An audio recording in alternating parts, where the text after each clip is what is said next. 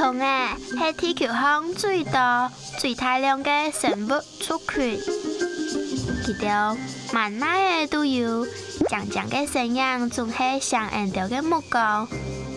台湾的虫的王国地图，生物数量千多，但是岸到三无马了的佢哋上来搞得马个样的秘密生法咧。然后就本岸到向下出发，前看看到岸到顺航的虫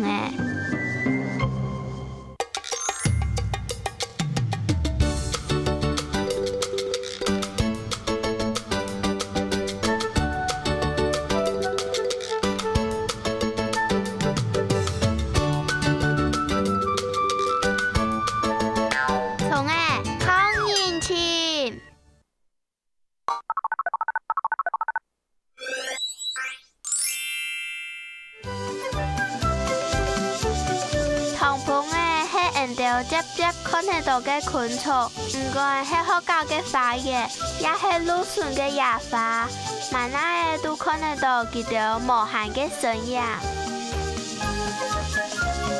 唔知么，在花巷转来转去嘅公棚，全部都系什么嘅哦？就连碰到地度按到棚嘅，全部都系。因为糖棚系色色彩彩嘅木乃沙飞呢。公棚在那杯数十多嘅花款，还有花蜜，为搞本碰到地度嘅公棚，老佢处理做棚糖。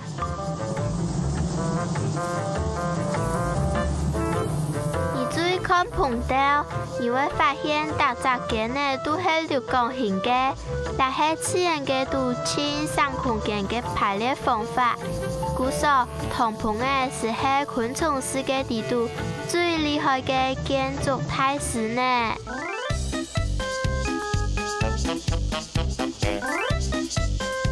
公棚为了好食嘅花蜜，并在身体度嘅面囊。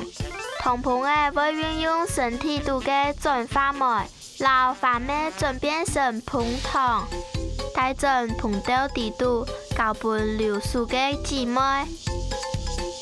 按个老蜜熬出来，又个塞落去，本蜜地度嘅水气蒸发脱，按用花蜜就会变成黏又甜嘅膨糖料。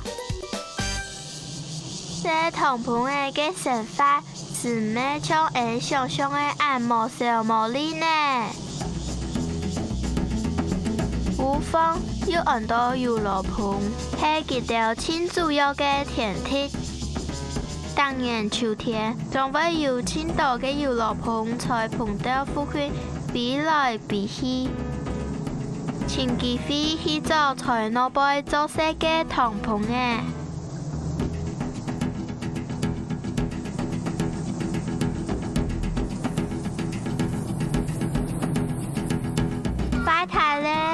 游乐棚就都碰到咧，一只糖棚无法度对付按太杂嘅游乐棚，按用简单咯。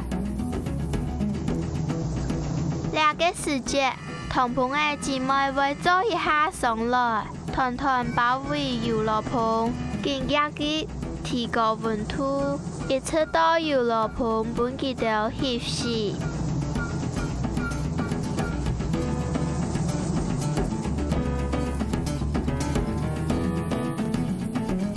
团结有氧系力量大呢。